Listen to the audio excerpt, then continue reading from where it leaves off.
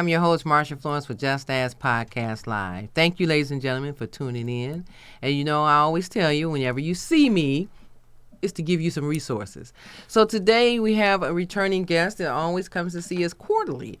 And when this lady comes to see us quarterly, that means that we've gathered up some resources that we think that the community, our community can use. So those of you who may have loved ones who are in search of certain resources, this is one of those newspapers that you want to pick up or order online and get it yourself to find out who's doing what and how to get connected. So, of course, I don't want to waste a lot of my time with my introduction. I want to introduce you to our returning guest, our quarterly returning guest, Miss Patricia Rencher. Good afternoon, Pat Rencher. Good afternoon, Marsha. How are you? I'm good. You know, it's always glad to see you, Pat. I'm always glad. Glad to be here. Yes, well, thank you for joining us today. Now, Pat, you know, I always give that wonderful introduction because every quarterly you come to see us. So what quarter are we in now? This is the first quarter. This is the spring issue. And quarterly, we do it 4 times a year. And this is the first issue of 2023. Okay.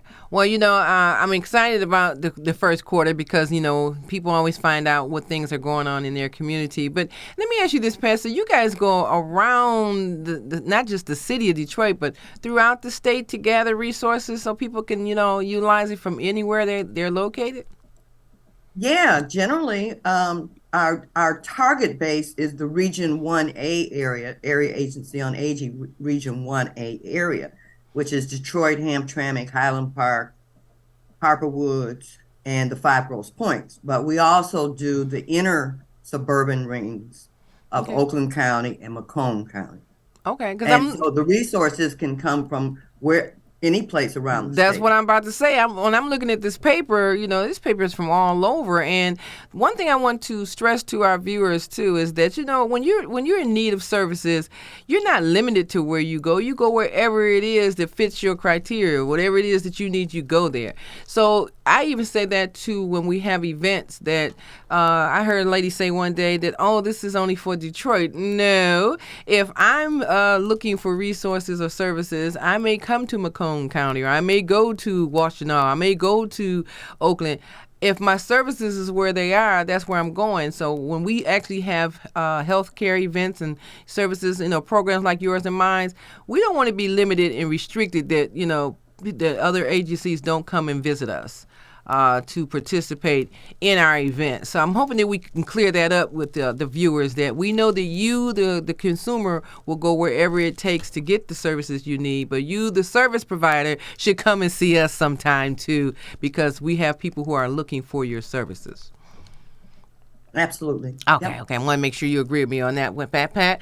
So, you know, I don't want to waste a whole lot of time today with me and you on our general conversation because, you know, you can always call me and chit-chat. But I wanted to start off with this beautiful cover page. Okay, your Urban Agent News Spring 2023 cover page. This is really nice. So tell us a little bit about the super agers. So thank you. So one of the things that is pervasive in our community is ageism. And this society is a very youth-driven society. And so we're trying to promote older adults, trying to reduce a lot of the stereotypes that are attached to aging and to older adults. Mm-hmm. So for the last year, we featured super agers. Generally people who are 80 plus years old, who are still out there doing it, grooving. And these are 2 such super agers. And so we ask people, if you know somebody who would fit the criteria of someone who is active and able, shoot them our way, because we'd like to profile them. Right. That was a nice page. I mean, the colors were lustrous, and the two guests on there that you have are very, very attractive people. So who are they? Just can you tell us off the who is this? Well, Janet Jones is the owner of Source Bookstore down in the Wayne State area on Cass. And the other person is Reverend V. Lonnie Peak, who's been around town for a good while. He used to do a radio show on WCHB. He's currently a minister at Christ Church. Okay. And he's also, and you'll read in the story that he's also Okay. uh, doing a program for seniors to return to college. Those people who may have started Mm. college degrees and want to return. Okay. Okay. I just generally wanted to know to enlighten the public of who those two wonderful people are. Very attractive. All right. So we're going to go right into our usual and start with this page here. So what is it about this page right here, Pat, that people need to know about? Well, this MLTCOP is the Michigan Long-Term Care Ombudsman Program. Mm-hmm. And I often tell people that before they call the state on the nursing home or the homes for the aged or any other facility, go through the Ombudsman program first, because those people, you talk to them, you tell them what your situation is, and they can go directly to the facility and help you advocate on your family's behalf. Okay. To run immediately to the state, you know how that looks. The state will step in, and there might be more problems. So this agency is a statewide agency, and the ombudsman are located in every place in Michigan. Now, I see they have two phone numbers. So their local number for the regional ombudsman is 313-396-5492, Faraz Naharji. I hope I said that right. So that's the local person to contact. That's the regional person. That's Regional. Faisal Najar.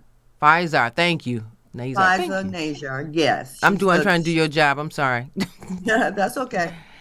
Okay, and then the number down below is 866-485-9393. Right. So FISA serves the Detroit area, but if you are calling about another facility, you call that 866 number and they'll plug you into the correct ombudsman. Okay. Okay, great. Okay, now let me say something about ombudsman, because most people don't know what the word ombudsman means, for one. But in short terms, if you're having a situation within a facility or anywhere, most places have ombudsmans, but they don't normally, some people don't call them that. They might call them advocates. Yep. Yeah. Yeah. But that's essentially what they are. I know one thing I would suggest to our viewers, that if your loved one is in a facility, if you had to come back to Pat Rencher and I, get those numbers, because you do need to know that there's a agency or a spokesperson that can speak in your behalf or hear your situation out.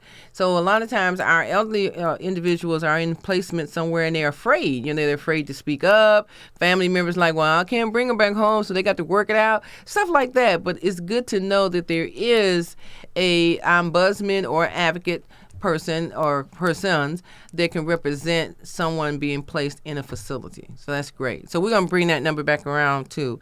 So, okay, this page here, Pat, changes in Medicaid? Yeah. During the pandemic, there were people who were just made eligible for Medicaid, and without meeting all of the criteria. But also, those people did not have to recertify every year, just as you would normally pre-pandemic. If you're on Medicaid, you have to certify once a year. So all of that was disbanded, disregarded. You didn't have to do it during the pandemic. And so now they're returning to pre-pandemic rules. So it's saying that some people might come off of Medicaid, so you need to check to see if you're still eligible, and people are going to have to go back to being certified once a year. Okay. It's a big deal because they say, and particularly in this article, that a lot of people aren't aware of this ruling. I mean, they might be aware that I think it's a May 12th date. I see it. It says May 11th. Mm-hmm. May 12th. Further COVID-19 PHE will end on May 11th, halting Correct. federal emergency funds to state support some COVID-19 spanning services and support. That's going to be rough, Pat, because like you just said, a lot of people may not know or be unaware. Then also they can make a phone call and trying to get some services and it's cut. Now you're gonna go through the changes. I got to start all over again. I was at the doctor's office. They told me they couldn't see me. So hopefully our viewers today will get wind of this and do follow up on their loved ones and themselves on the upcoming date of possibly discontinued services.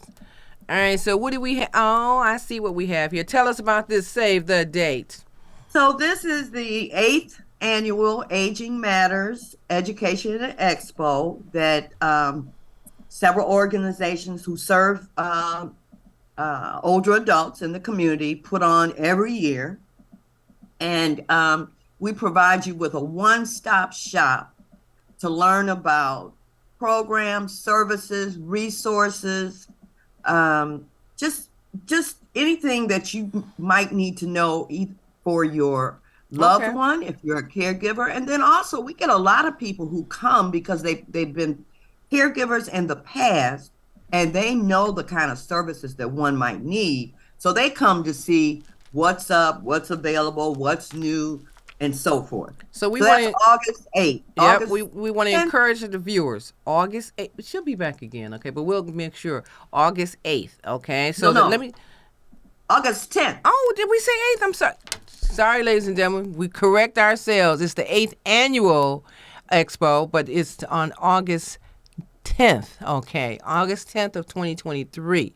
So I brought it back up, Pat, because we got save the date, the 8th annual Aging Matters Expo, Education and Expo Caregiver Conference, Thursday, August 10th, 2023 at WCCD Northwest Campus. And that campus is actually the Outer Drive campus, correct?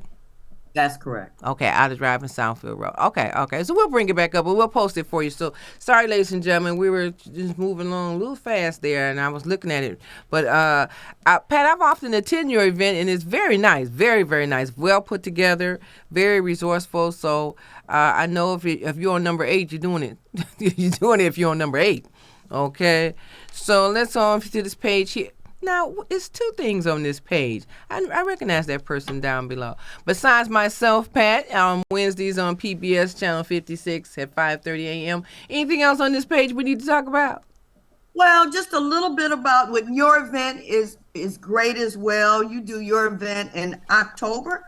Oh, yes. Mine's is coming up October 5th, and that's a Thursday of 2023. So the Just Ask Health and Fun Fair event, we'll be posting that shortly. So, yeah, we're going to be going along on our 3rd annual Health and Fun Fair event. I'm going to catch up to you. Okay. All right. Okay. So anything else on this page besides me? And I just want to mention Lori's Hands program. They finally moved down to Wayne County. And what it is they match college students who are interested in the health fields, match them with seniors. And the college students will do like chore duty, provide companionship. If people have vision problems, they'll do reading, just about anything you could use help with. And so Lori's Hands has moved down to the Wayne County area, and they have the students to help the seniors. So that information is there as well. That's good. That's really nice. Okay. All right. Excellent program. Yeah. And when I was in college studying gerontology, the study of the elderly, we actually were paired up with seniors in a assisted living facility or nursing home. And I became very much attached to the ladies and gentlemen that I had the pleasure of working with, so to speak. But I learned a lot, and I think that's part of my reason that I have a lot of respect for the elderly, and definitely the elderly and disabled. So I hats off on that Laura's Hand program. Okay, so number 14, page 14 here. And I know this lady. Okay, so let's talk about what we have here, easing the financial burden of cancer care. Yeah, and so a lot of people are experiencing problem after being diagnosed with breast cancer. That's one problem. But on top of that, they're experiencing a lot of medical bill that they just medical and non-medical kinds of bills that they just can't afford. So this story talks about some of the challenges people are facing, but Patricia Rencher, who's a retired Free Press writer, also lists 3 area nonprofit programs that provide assistance to these people. to people who have cancer and need some kind of financial assistance. Right, I can see that, and I see they have listed one of the programs that assisted this lady here, the New Day Foundation in Rochester Hills, Michigan, a nonprofit organization that have helped her during this trying times. Was the New Day Foundation in Rochester Hills, Michigan. Now, do we have a lot of different agencies that help out in that situation? Not a lot, and that's the reason she did the story. That there's not a lot. So I would encourage people to contact these folks if they have the need. Right. I mean, just overall, like you said, you're already devastated that you found out that you have cancer, and then you got to go through the treatment and stuff, and the bill is on your mind along with the care is on your mind, and then the recovery is on your mind. So it's a lot to endure, and and the last thing you should have to worry about is money and paying your bill. Right. And I've lost family members and friends to cancer, and we probably didn't even get to the point where we were concerned about the bills because we were too concerned about the person's health and well-being. And unfortunately, my own loved ones, my family members succumbed to cancer. So I don't even know if we even got that far. But support is support. You need to get as much support as you can so that you can concentrate on healing and not concentrate so much on the bills and the medicine and stuff like that. Because to me, once it's already set in your mind, you can't hardly clear your thoughts to get well because you're so upset about the onset. Yeah, so, healing requires not being stressed. And we always stressed about something. All right. So what do you have here? How important it is for you to have a will? Oh, my goodness. Are we talking about a will, an advanced planning form, something? What do we have about this, Beth? Well, I try to do something on the legal every issue because a lot of times if people don't pay attention to some of this and put some of these tools in place, wills, trusts, advanced directives, right, all that kind of stuff, then, there's a lot of confusion as people age or people become infirm, amongst family members. And I know for a fact this thing is tearing families apart simply because the person or a family member neglects to put some critical things in place. And they may say, well, I don't have a lot of assets. Well, you got some. You got a house? You got a car? Yep. And you don't want your family members fighting over it and it destroying the family. Well, you know what? Now, and I know this might sound a little awkward, but I was always told if a person couldn't afford legal assistance, that you can do what they call the poor man's way. Write it out, put it in an envelope, seal it, and have it mailed back. And wherever you put it in your Bible or whatever, you say, do not open this until my passing. Then the whole group can read it, or you can send one to each person. Or have one prepared for each person and be ready that way. And, to me, any way that you can get the message out that this is what I want you to have, this is what I have available, let's not fight over it. Because siblings you grow up as brothers and sisters, but somehow you become enemies. I mean, family dysfunction is way worse than not getting along with a neighbor. Just totally not getting along. And every issue, there's an ad from the local elder law and advocacy center, and they will do it for you. As a Wayne County resident, it's provided to you for free at no cost. See, now I know that this. Wait a minute, let me see it. Wait a minute, was it this was the page, the continuation page of that. So, who's this gentleman? I forgot. This is the guy who wrote the story on Will. Right. Okay. Yeah. All right.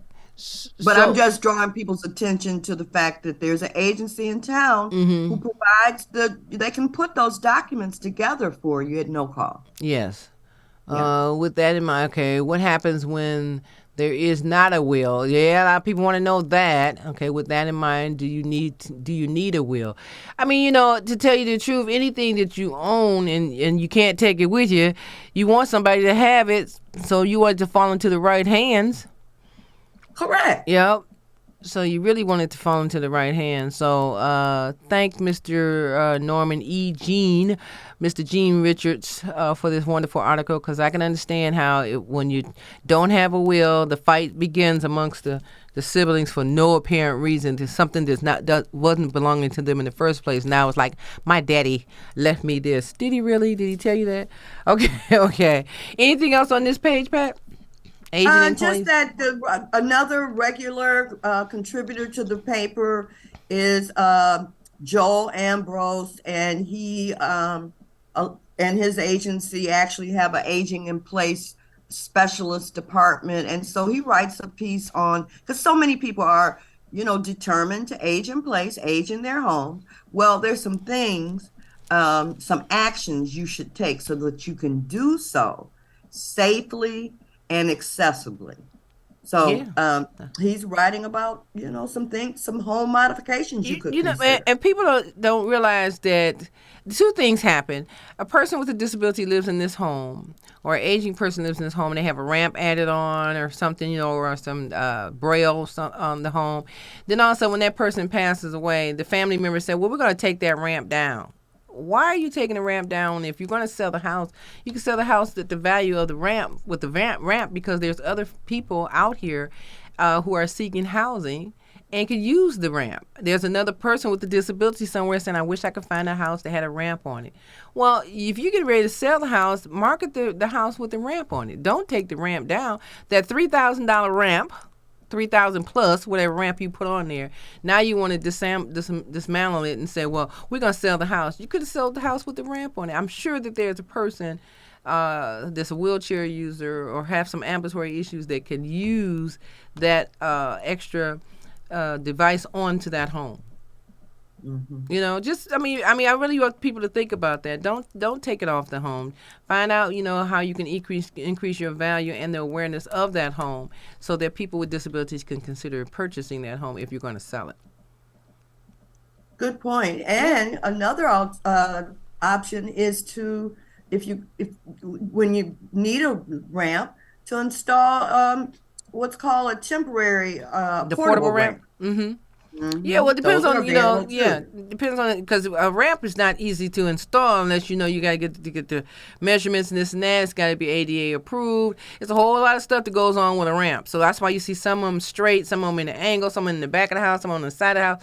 It's not just something you just put up and say, we're going to work it out. No, you got to get some specs in there to get that, done just right. So, okay, Pat, let's move on to okay.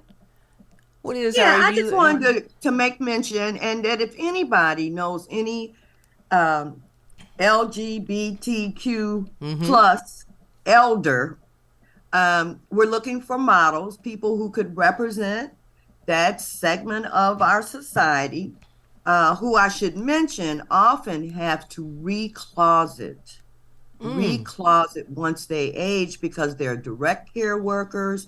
There's some facilities, there's some healthcare workers that don't want to work with them. And I think it's sad, but this is to honor them. The new organization, well, it's an old organization. It was once called SAGE. They've rebranded. They're now called MiGen. And they are established for the sole purpose of tending to the needs and of older adults who are LGBTQ plus individuals. So no matter how you feel about it, these folks are human and they deserve services. That's right. All fairness, in all fairness. Wow, I hope we can, help out with that right there. Truly. Okay, so our last page is medical gaslighting. A real life horror movie is left unchecked. Now, what does that mean, Pat? This is another one of the retired Free Press. He was actually I can't remember, Free Press or News, reporter and editor who's now retired. But he wanted to shed light on what's called gaslighting. And basically, it's the whole business around when older adults come before healthcare physicians and other members of the healthcare team and talk about ailments or what the concerns are they're often just blown off, and they'll say things like, "Oh, that's because of old age," and so it's real. And several people in this story have told about their experiences. And he gives some advice about what you need to do. You may need to take somebody in the doctor's office visit with you. Wow. But it is prevalent. Okay. Gaslighting is I prevalent. would always think that people should take their a family member should always go into the room with their elderly loved ones to understand what the doctor is saying, get clarification on medication, know the parent's history, and even though the parent, the child or whoever it is has to ask permission, may I be in attendance?